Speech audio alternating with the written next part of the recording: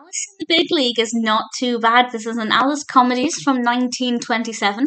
It's directed by Walt Disney and stars Lois Hardwick as Alice. And we get to see a really decent amount of Alice in this, which sounds obvious, but sometimes with Alice comedies, she's barely in it, and it's usually Julia's comedies. But actually, she has a starring role in this one. She's umpiring a baseball game, and it did take a little while to get to the point. It was very slow.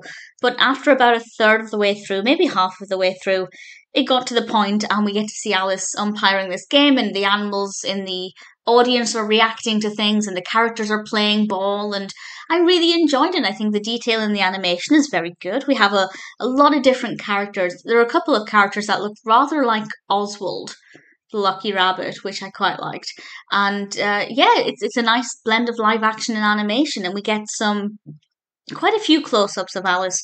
I haven't seen that many Lois Hardwick Alice comedies because not many of them exist. So it was nice to actually get to see her close up and in a bit more detail, because obviously when she's in the distance, given the quality of these cartoons or these films nearly 100 years later, they're very grainy, but we got to see some good close-up acting, which I liked. So it was good fun. This is actually the last Alice comedies I have to watch.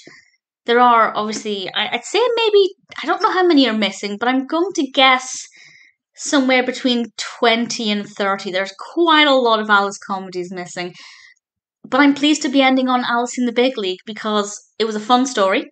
Yes, it was slow to get going, but once it got to the point, I enjoyed watching Alice umpiring this. I thought Lois Hardwick did a very good job.